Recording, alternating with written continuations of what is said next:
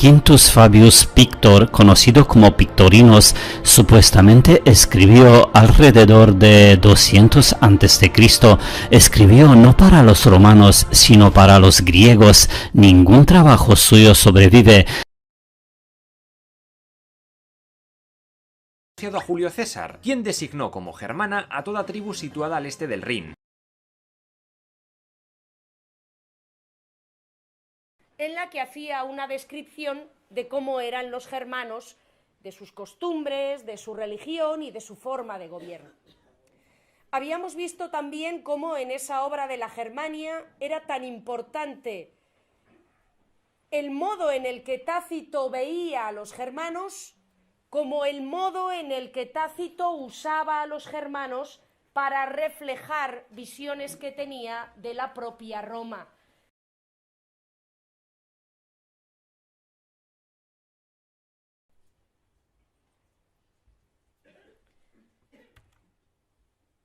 Y cuando todos estos pueblos bárbaros se asentaron en Europa occidental y los francos crearon el reino franco y los visigodos el reino visigodo y los ostrogodos de Teodorico el reino ostrogodo en la península itálica y los anglos y los sajones, los reinos ingleses,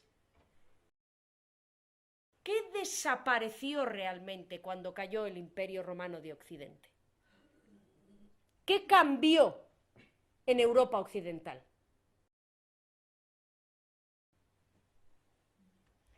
Así que no cambió la religión, no cambió la lengua, no cambió el arte, ni la arquitectura, ni la forma de representar el poder o de construir edificios.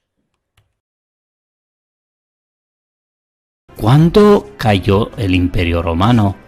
¿Cómo uno defina las palabras Imperio Romano? Ya sea que se está refiriendo al Imperio Romano de Occidente o al Imperio Romano de Oriente.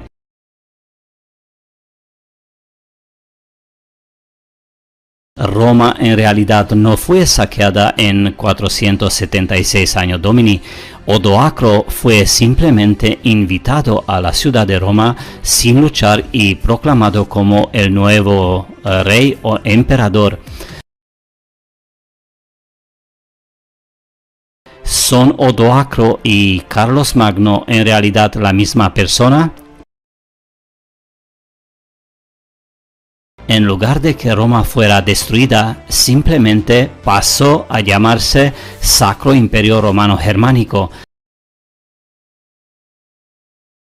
La familia de Habsburgo solo gobernó el Sacro Imperio Romano durante 300 años en lugar de 1000 años.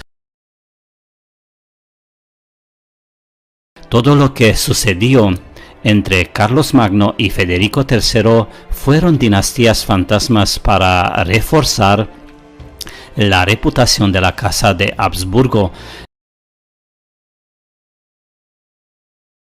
Todas las dinastías fantasmas que son una repetición interminable de los mismos eventos una y otra vez.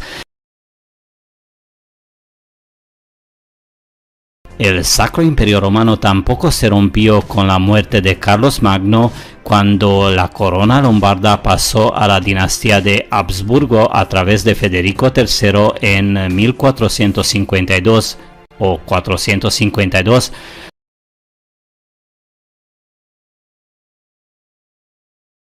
El Sacro Imperio Romano también se llamaba Imperio Otoniano. Ahora, si miramos a la mitad oriental del Imperio Romano, la ciudad de Constantinopla fue conquistada por el Imperio Otomano en 1453 o 453.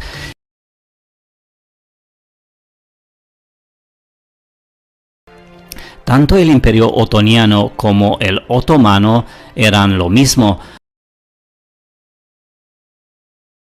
El símbolo del Imperio Otomano Otoniano es una luna creciente y un águila de dos cabezas.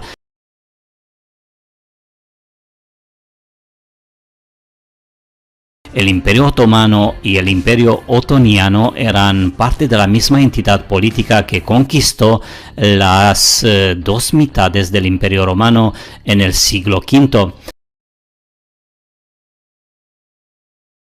El este y el oeste fueron conquistados por la misma dinastía de reyes insurgentes.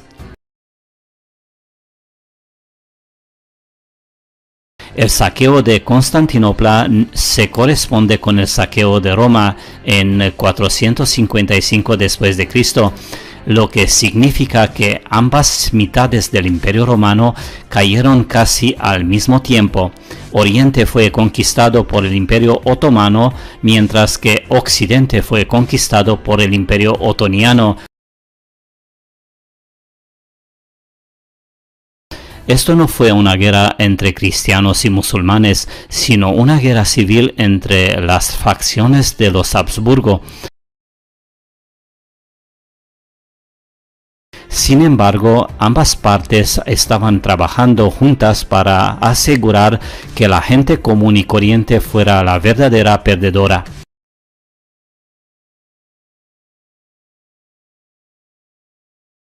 Todas las pruebas nos dicen que no hubo ruptura. Llamamos esta ruptura periodo medieval entre el Imperio Romano y el Sacro Imperio Romano Germánico. Ya conocemos el problema de los 1000 años añadidos con el cambio de las letras I, J en 1, que nos dio el mundo de las antigüedades, entre comillas, las copias de copias encontradas, robadas y falsificadas. Todo lo que ha pasado antes de los siglos XII-XIII o II-III después de Cristo parece muy bien documentado con fuertes copias de copias descubiertas a principios del siglo XV. Siglo XV, o mejor dicho, en 1418 o 418, cuando fueron descubiertas las primeras copias antiguas romanas y griegas, entre comillas, de varios textos en la llamada Era del Descubrimiento. Todo lo que sabemos sobre el pasado proviene de los principios del siglo XV o de los años 1430 en adelante. Todas las copias de otras copias supuestamente antiguas aparecen gracias a Gianfrancesco Poggio Bracciolini. Roma en realidad no fue saqueada en 476 años Domini. Odoacro fue simplemente invitado a la ciudad de Roma sin luchar y proclamado como el nuevo rey o emperador. La familia Habsburgo proporcionó el respaldo político para la reescritura de la historia de Scaliger, mientras que los jesuitas y el Papa respaldaron el lado religioso de la reescritura. Muchos autores medievales del siglo XVI, XVII o VI, VII, quién sabe, se quejaron del estado lamentable de Roma y de las ruinas abandonadas, autores que llaman a Roma una aldea de pastores. En este sentido, podemos decir que desde el siglo XV y XVI empezaron a surgir en Occidente dos formas de ver la llegada de los pueblos bárbaros y la caída del Imperio Romano de Occidente. Una de esas formas de ver lo que había pasado entre el siglo IV y el siglo V, predominante entre los historiadores italianos y franceses, especialmente a partir del siglo XIX, es la de las invasiones bárbaras. Teniendo en cuenta que todo lo antiguo, entre comillas, fue descubierto en los siglos XVIII y XIX,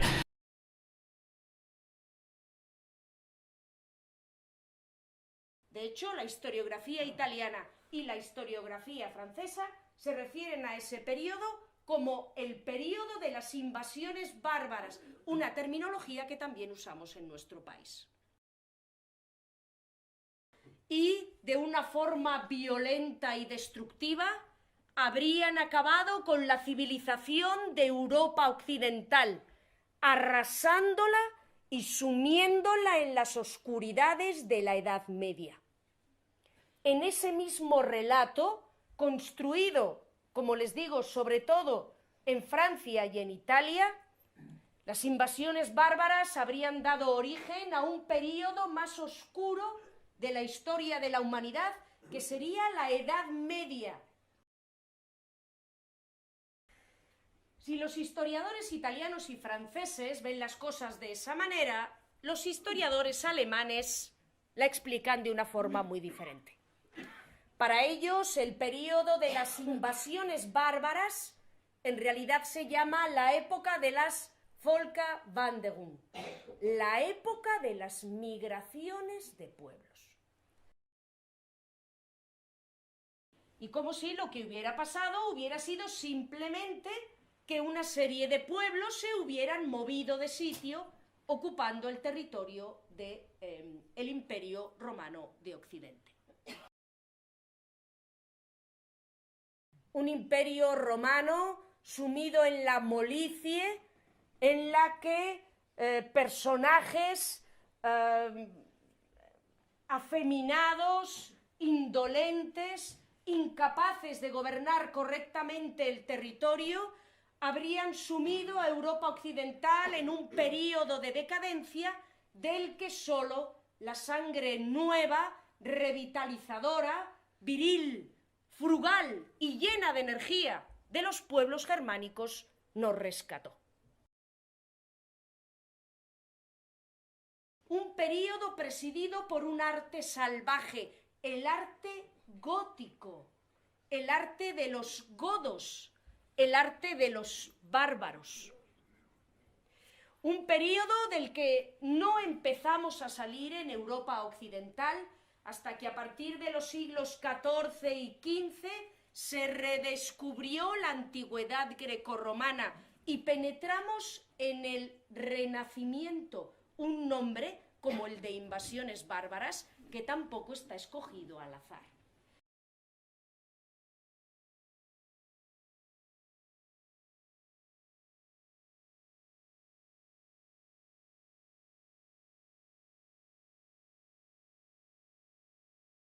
El por qué cayó el Imperio Romano de Occidente, el qué significó la caída del Imperio Romano de Occidente, el qué trajo o qué supuso para Europa occidental, en lo que supuso para Europa occidental el nacimiento de estos nuevos reinos bárbaros, ese asunto es uno de los más controvertidos y polémicos de la historiografía mundial. Y no por casualidad, la cuestión de la caída del Imperio Romano sigue generando todavía hoy encendidos debates entre los historiadores, produciendo gran cantidad de literatura científica y de divulgación y generando y empleándose para todo tipo de finalidades no siempre científicas y muchas veces ajenas a la propia historia.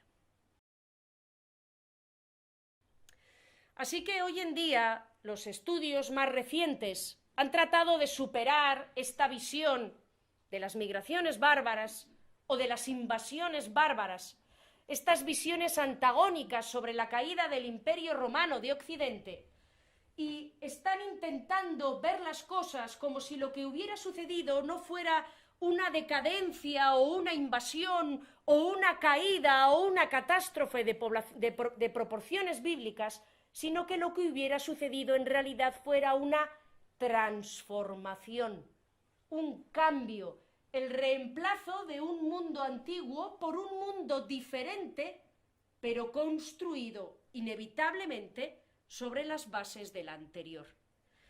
Y son muchos hoy los que opinan que lo que tuvieron que hacer los romanos para conquistar a los germanos fue simplemente dejarse gobernar por ellos.